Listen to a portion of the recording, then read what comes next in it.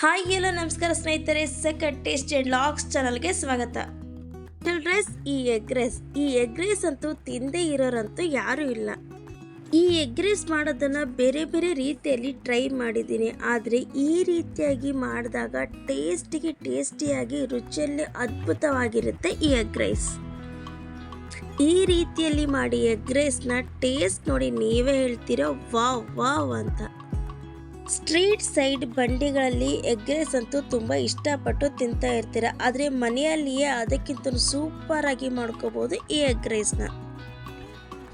ಈ ಎಗ್ ರೈಸೇ ತುಂಬ ಸ್ಪೆಷಲು. ಅದರಲ್ಲಿ ಸೈಡಲ್ಲಿ ಒಂದು ಆಮ್ಲೆಟ್ ಹಾಕ್ಕೊಂಡು ತಿಂತಾ ಇದ್ದರೆ ರುಚಿ ಅಂತೂ ಅದ್ಭುತವಾಗಿರುತ್ತೆ.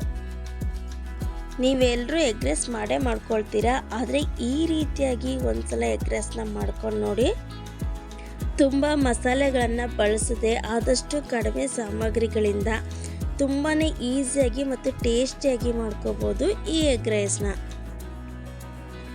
ಮಾಡಿರೋ ಅನ್ನ ರೆಡಿ ಇದ್ದರೆ ಸಾಕು, ಕೇವಲ 5 ನಿಮಿಷದಲ್ಲಿ ತುಂಬ ರುಚಿಕರವಾಗಿ ಈ ಎಗ್ ರೈಸ್ನ ಮಾಡ್ಕೋಬಹುದು. ಬ್ಯಾಚುಲರ್ಸು, ಬಿಗಿನರ್ಸು ತುಂಬ ಈಸಿಯಾಗಿ ಕ್ವಿಕ್ಕಾಗಿ ಮಾಡ್ಕೋಬೋದು ಈ ರೆಸಿಪಿನ.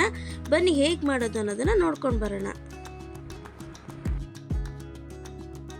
1 ಬೌಲಷ್ಟು ಅನ್ನವನ್ನು ತೊಗೊಂಡಿದ್ದೀನಿ. ಅದನ್ನು ಉದ್ರಾಗಿ ಮಾಡಿಟ್ಕೊಂಡಿದ್ದೀನಿ. ಉದ್ರಾಗಿ ಮಾಡಿಟ್ಕೊಳೋದು ತುಂಬ ಇಂಪಾರ್ಟೆಂಟ್ ಆಗುತ್ತೆ. ಇಲ್ಲಿ 2 ಎಗ್ ತೊಗೊಂಡಿದ್ದೀನಿ, 1 ನಿಂಬೆಹಣ್ಣು ತೊಗೊಂಡಿದ್ದೀನಿ, 1 ದೊಡ್ಡ ಸೈಜ್ ಆಗಿರುವಷ್ಟು ಈರುಳ್ಳಿ ತೊಗೊಂಡಿದ್ದೀನಿ, 2 ಹಸಿಮೆಣಸಿನ್ಕಾಯಿ, ಸ್ವಲ್ಪ ಕರಿಬೇವು, ಸ್ವಲ್ಪ ಕೊತ್ತಂಬರಿ, 1 ಸ್ಪೂನ್ ಆಗೋಷ್ಟು ಎವರೆಸ್ಟ್ ಚಿಕನ್ ಮಸಾಲ ತೊಗೊಂಡಿದ್ದೀನಿ, 1 ಸ್ಪೂನ್ ಖಾರದ ಪುಡಿ, 1/4 ಸ್ಪೂನ್ ಆಗೋಷ್ಟು ಅಲ್ಲ ಬೆಳ್ಳುಳ್ಳಿ ಪೇಸ್ಟ್ ಅಂದರೆ ಜಿಂಜರ್ ಗಾರ್ಲಿಕ್ ಪೇಸ್ಟ್ನ ತೊಗೊಂಡಿದ್ದೀನಿ. ಎವರೆಸ್ಟ್ ಚಿಕನ್ ಮಸಾಲನ ತೊಗೊಳ್ಳಿ, ಇದರಿಂದ ಟೇಸ್ಟ್ ತುಂಬ ಚೆನ್ನಾಗಿ ಬರುತ್ತೆ. ಸ್ಟವ್ ಆನ್ ಮಾಡಿ ಒಂದು ಕಡಾಯಿನ ಇಟ್ಕೊಂಡಿದ್ದೀನಿ. ಅದಕ್ಕೆ 4ರಿಂದ 5 ಸ್ಪೂನ್ ಆಗೋಷ್ಟು ಒಂದು ಸ್ವಲ್ಪ ಎಣ್ಣೆನ ಸೇರಿಸ್ಕೊಂಡಿದ್ದೀನಿ. ಎಣ್ಣೆ ಕಾದಿದೆ. ಎಣ್ಣೆ ಕಾದಿದ ಮೇಲೆ ನಾವು ಕಟ್ ಮಾಡಿ ಇಟ್ಕೊಂಡಿರುವಂತಹ ಈರುಳ್ಳಿನ ಸೇರಿಸ್ಕೊಳ್ತಾ ಇದ್ದೀನಿ. ಹಾಗೆ ಅದ್ರ ಜೊತೆಗೆ ಸ್ವಲ್ಪ ಹಸಿಮೆಣಸಿನ್ಕಾಯಿ ಮತ್ತು ಕರಿಬೇವನ್ನು ಸೇರಿಸ್ಕೊಂಡಿದ್ದೀನಿ. ಇವೆಲ್ಲವನ್ನು ಸೇರಿಸ್ಕೊಂಡ್ಮೇಲೆ 1 ಅಥವಾ 2 ನಿಮಿಷದವರೆಗೂ ಫ್ರೈ ಮಾಡ್ಕೋಬೇಕು. ಸ್ವಲ್ಪ ಈರುಳ್ಳಿಯ ಕಲರ್ ಸ್ವಲ್ಪ ಚೇಂಜ್ ಆಗಬೇಕು. ಈಗ ಎಲ್ಲದನ್ನೂ ಒಂದು ಸ್ವಲ್ಪ ಫ್ರೈ ಆಗಿದೆ, ಕಲರ್ ಚೇಂಜ್ ಆಗಿದೆ. ಈಗ ನಾವು 3/4 ಸ್ಪೂನಷ್ಟು ಅಲ್ಲ ಬೆಳ್ಳುಳ್ಳಿ ಪೇಸ್ಟ್ ಜಿಂಜರ್ ಗಾರ್ಲಿಕ್ ಪೇಸ್ಟನ್ನು ಸೇರಿಸ್ಕೊಳ್ತಾ ಇದ್ದೀನಿ. ಇದನ್ನು ಹಾಕಿದ ಮೇಲೂ ನಾವು 1 ಮಿನಿಟ್ ಫ್ರೈ ಮಾಡ್ಕೋಬೇಕು. ನಾವು ಎಗ್ ರೈಸ್ ಮಾಡಬೇಕಾದ್ರೆ ನಾವು ಯಾವ್ಯಾವುದನ್ನು ಎಷ್ಟೆಷ್ಟು ಅಳತೆಯಲ್ಲಿ ತೊಗೊತಿದ್ದೀವಿ ಅನ್ನೋದು ಕೂಡ ತುಂಬಾ ಇಂಪಾರ್ಟೆಂಟ್ ಆಗುತ್ತೆ. ಅದನ್ನು ಸರಿಯಾದ ರೀತಿಯಲ್ಲಿ ತೊಗೊಂಡಾಗ ನಮಗೆ ತುಂಬ ಚೆನ್ನಾಗಿ ಬರುತ್ತೆ ಈ ಎಗ್ ರೈಸ್. ಈ ಸಮಯದಲ್ಲಿ ಗ್ಯಾಸ್ ಫ್ಲೇಮ್ನ ನೀವು ಮೀಡಿಯಮ್ನಲ್ಲಿ ಇಟ್ಕೊಂಡಿರಿ. ಮೀಡಿಯಮ್ನಲ್ಲಿ ಇಟ್ಕೊಂಡು ಈ ರೀತಿಯಾಗಿ ಫ್ರೈ ಮಾಡ್ತಾ ಹೋಗಿ. ಈಗ ನೋಡಿ, ಅಲ್ಲ ಬೆಳ್ಳುಳ್ಳಿ ಪೇಸ್ಟ್ ಹಾಕಿದ್ಗೆ ಘಮ ಅಂತೂ ತುಂಬ ಚೆನ್ನಾಗಿ ಬರ್ತಾ ಇರುತ್ತೆ ಈ ಸಮಯದಲ್ಲಿ. ಈಗಿದು ಸರಿಯಾಗಿ ಫ್ರೈ ಆಗಿದೆ. ಈ ಸಮಯದಲ್ಲಿ ನಾವು ಎಗ್ನ ಒಡೆದು ಹಾಕ್ಕೊಳ್ಳೋಣ. 1 ಎಗ್ ಹಾಕ್ಕೊಂಡಿದ್ದೀನಿ, ಇನ್ನೊಂದನ್ನು ಎಗ್ನ ಒಡೆದು ಹಾಕ್ಕೊಳ್ಳೋಣ. ಎಗ್ನ ಒಡೆದು ಹಾಕ್ಕೊಂಡ್ಮೇಲೆ ನೀವು 1 ಅಥವಾ 2 ನಿಮಿಷದವರೆಗೂ ಮಿಕ್ಸ್ ಮಾಡ್ಕೊಳಕ್ಕೆ ಹೋಗಬೇಡಿ. ಅದು ಸ್ವಲ್ಪ ಹಾಗೇ ಫ್ರೈ ಆಗಲಿ. ಹೀಗೆ ಮಾಡೋದ್ರಿಂದ ನಮಗೆ ಎಗ್ ಪೀಸಸ್ ಅಲ್ಲಲ್ಲಿ ಸಿಗುತ್ತೆ ಹಾಗೂ ಕಾಣುತ್ತೆ. ಇದು ತುಂಬಾ ಟೇಸ್ಟ್ ಕೊಡುತ್ತೆ ಎಗ್ ರೈಸ್ನಲ್ಲಿ. ನೀವು ಮೊದಲಿಗೆ ಮಿಕ್ಸ್ ಮಾಡಿಬಿಟ್ರೆ ಅದು ತುಂಬ ಪುಡಿ ರೀತಿಯಾಗಿ ಹೋಗುತ್ತೆ. ನಿಮ್ಗೆ ಎಲ್ಲಿನೂ ಎಗ್ ಪೀಸಸ್ ಕಾಣಿಸೋದಿಲ್ಲ ರೈಸಲ್ಲಿ.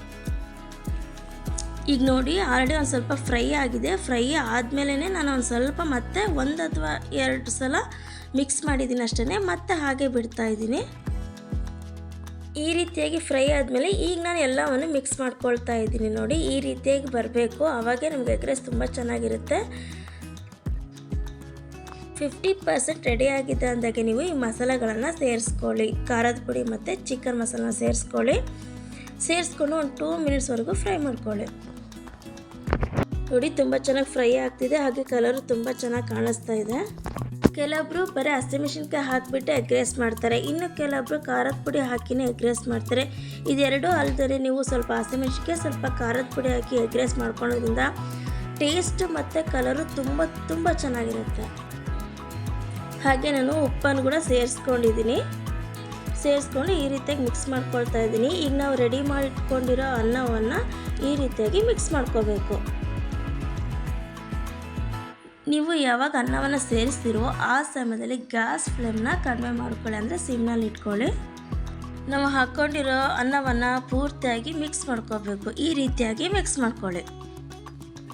ನೋಡಿ ತುಂಬ ಚೆನ್ನಾಗಿ ಮಿಕ್ಸ್ ಆಗಿದೆ. ಮಿಕ್ಸ್ ಮಾಡ್ತಾ ಇರ್ಬೇಕಾರಂತೂ ಫುಲ್ ಘಮ ಘಮ ಘಮ ಅಂತ ಇರುತ್ತೆ. ಈಗ ನಾನು ಅರ್ಧ ಹೋಳು ನಿಂಬೆಹಣ್ಣ ತೊಗೊಂಡಿದ್ದೀನಿ. ಇದನ್ನು ಸ್ವಲ್ಪ ಅಷ್ಟೇ ನಾನು ಸೇರಿಸ್ಕೊಳ್ತಾ ಇದ್ದೀನಿ. ಈ ರೀತಿಯಾಗಿ ನಿಂಬೆಹಣ್ಣು ರಸವನ್ನು ನಾನು ಇಲ್ಲೇ ಹಾಕ್ಕೊಳ್ಳೋದ್ರಿಂದ ಟೇಸ್ಟ್ ಅಂತೂ ತುಂಬ ಚೆನ್ನಾಗಿ ಬರುತ್ತೆ. ಹಾಗೆ ಸ್ವಲ್ಪ ಕೊತ್ತಂಬರಿನ ಉದುರಿಸ್ಕೊಂಡು ಮಿಕ್ಸ್ ಮಾಡ್ಕೊಳ್ತಾ ಇದ್ದೀನಿ. ಈಗ ನಾನು ಸ್ಟವ್ನ ಆಫ್ ಮಾಡ್ಕೊಂಡಿದ್ದೀನಿ. ಎಷ್ಟು ಸಿಂಪಲ್ಲಾಗಿ ಈಸಿಯಾಗಿ ಟೇಸ್ಟಿಯಾಗಿರೋ ಎಗ್ ರೈಸ್ ಅಂತ ರೆಡಿಯಾಗೋಯ್ತು. ಯಾವುದೇ ಸಾಸ್ಗಳನ್ನು ಬಳಸದೆ ಅತಿಯಾಗಿ ಮಸಾಲೆಗಳನ್ನು ಬಳಸದೆ ನೋಡಿ ಎಷ್ಟು ಚೆನ್ನಾಗಿ ಬಂದಿದೆ ಎಗ್ ರೈಸ್. ನೋಡ್ತಿದ್ರೆ ನಿಮ್ಗೆ ಗೊತ್ತಾಗ್ತಿದ್ವಲ್ಲ, ಸಖತ್ತಾಗಿದೆ.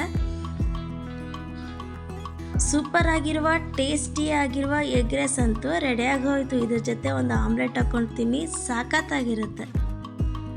ಈ ವಿಡಿಯೋ ನಿಮಗೆ ಸ್ವಲ್ಪನಾದರೂ ಇಷ್ಟ ಆಗಿದ್ರೆ ಸಬ್ಸ್ಕ್ರೈಬ್ ಮಾಡಿ, ಶೇರ್ ಮಾಡಿ, ಲೈಕ್ ಮಾಡಿ. Thank you for the watching.